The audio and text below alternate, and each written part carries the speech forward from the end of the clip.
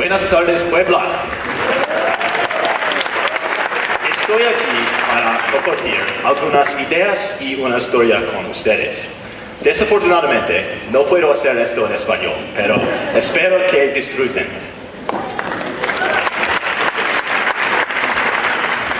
My name's Alex Wulff. I'm a student at Harvard studying electrical engineering, and I am a maker. The maker movement is this incredible trend that we've seen in recent years that basically embodies everything that it means to be a human, to be creative, and to have ideas. The maker movement represents people taking their ideas and putting them into practice all around you to change people's lives. And that's really what's so special about humanity and human ingenuity. Our incredible capacity to take ideas, to take concepts, and to use them to change people's lives. Now, I actually became a maker through something completely unrelated to technology, which I'm going to be talking about. I became a maker through food. Now, when I was in middle school, I really liked food.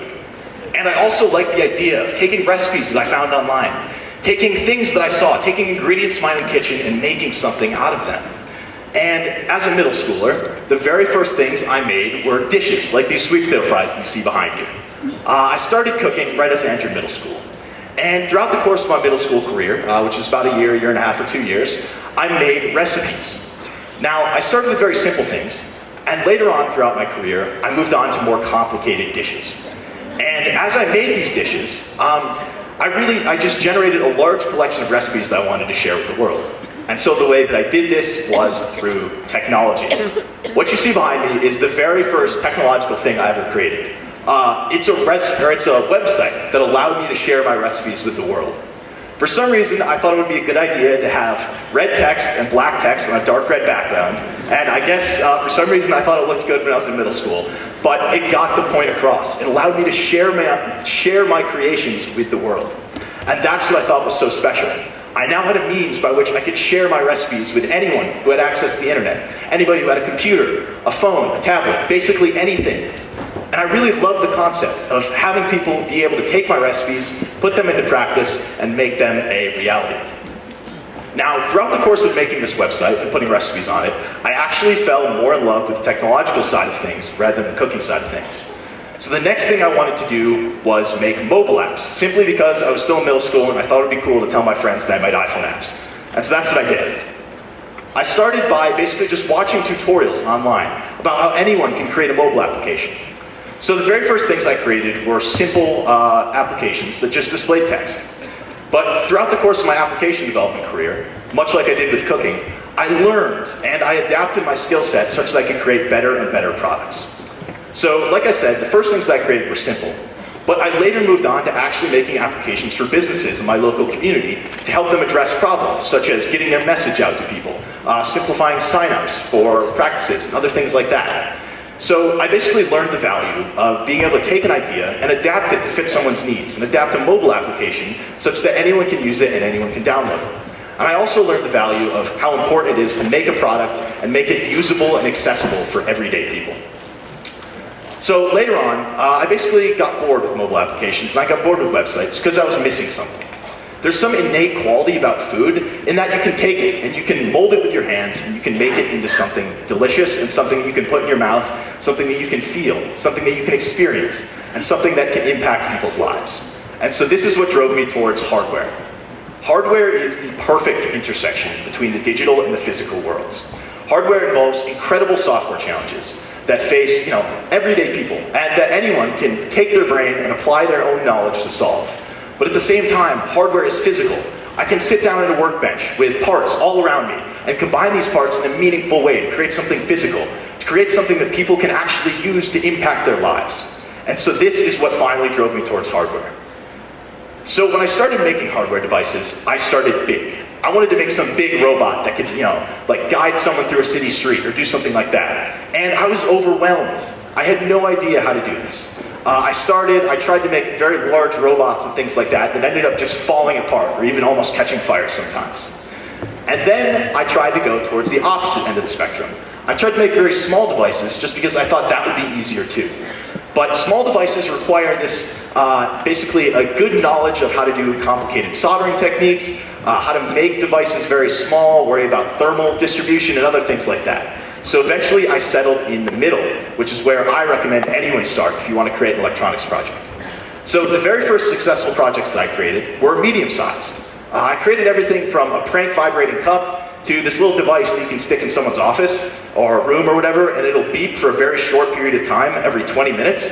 So it basically just annoys the heck out of them, and they can't find it just because it's so small. So as you can see, a common theme amongst my first projects were just basically annoying people just because I thought it was funny. This was about when I was leaving middle school and entering high school at this time. So I did this for about a year, and I gained actually a pretty good amount of knowledge just making pranks like this, to annoy my friends and annoy my family, etc. But after a while, I wanted to actually impact people in a positive way, not just in a negative way by annoying them. And this is what drove me to create my very first impactful project, which I call Haptotech. Haptotech is a wearable system for the blind and visually impaired, which essentially allows them to navigate their environment as a supplement to traditional means. So for example, I built these little sensor nodes. They're about the size of a few quarters that blind and visually impaired people can place all over their bodies. And as they move around their environment, these sensors are continuously tracking their environment. They're tracking people, they're tracking objects in their path, they're tracking the distances to the blind and visually impaired person's environment, and other things like that. And then these little sensor nodes are communicating with one another. They're sending data packets back and forth to basically get a 3D spatial representation of the user's surroundings without the user actually needing to see it. So this was the first project which I actually got to see solve a real problem that I witnessed in my community. And I got to see the joy on blind people's faces as they actually use my devices to navigate indoor environments with ease.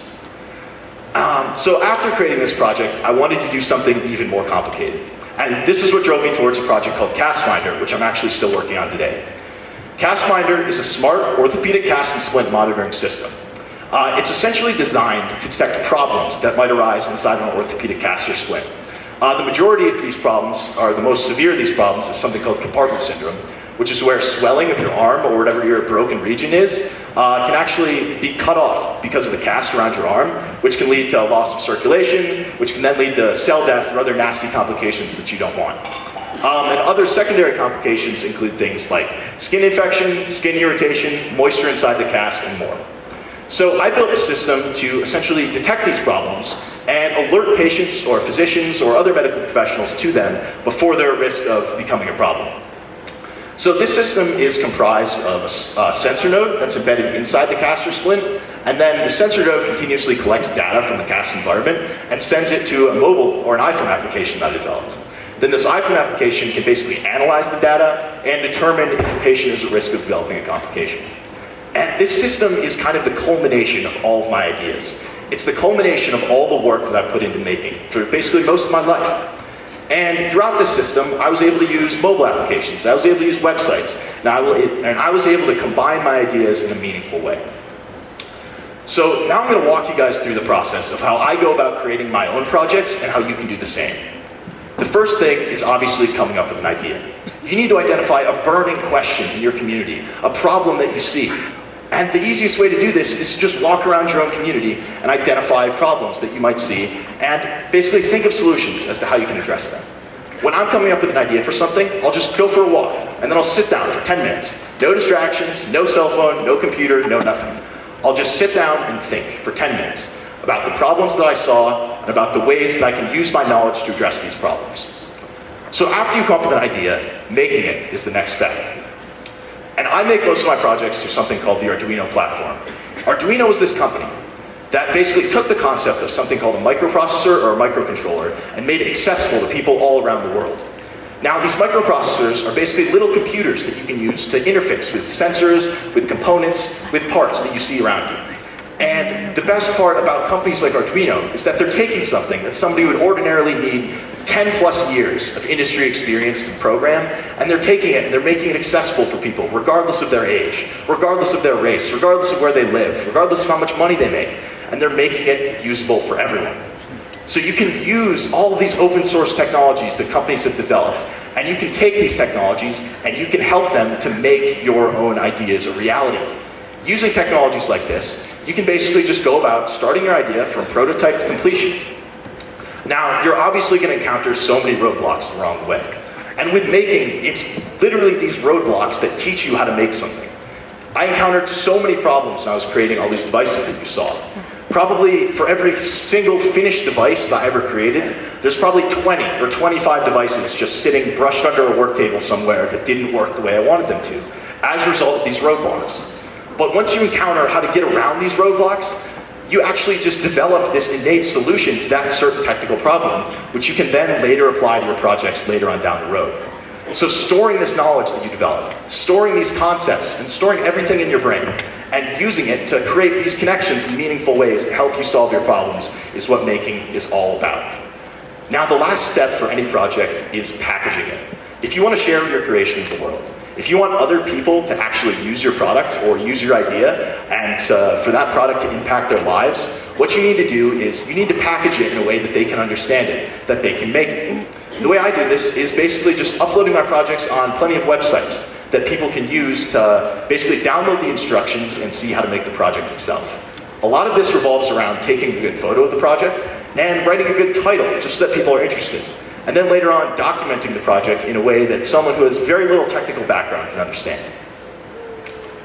So lastly, I just want to bring this back to the maker movement as a whole. Like I've said, and like you've seen in this presentation, the maker movement embodies everything that's great about human ingenuity. There's really no difference between you and anyone else in the audience when it comes to your ideas. Anyone can take your own ideas, anyone can take concepts and put them into practice and make something incredible out of them. And that is the maker spirit. The maker spirit is taking your ideas and making things a reality. Now, you don't even have to have any special technological knowledge. You can make things that are art-based. You can make artistic creations that challenge people's assumptions, that challenge the way people think about the world. You can make delicious food that just gives people this incredible experience, that gives people this whole new perspective on life just as a result of a culinary experience. And lastly, you can just make words. You can write something. You can write something that challenges someone's preconceived notions about the world. You can get up on a stage like I'm doing right now, and you can speak about something. The maker movement is about taking your ideas and helping other people take their own ideas and put them into practice to change the world. Now, I'm just going to leave you with my email and my website if you want to see more of my projects. And finally, I will leave you with this. What will you do to make your ideas a reality? Thank you.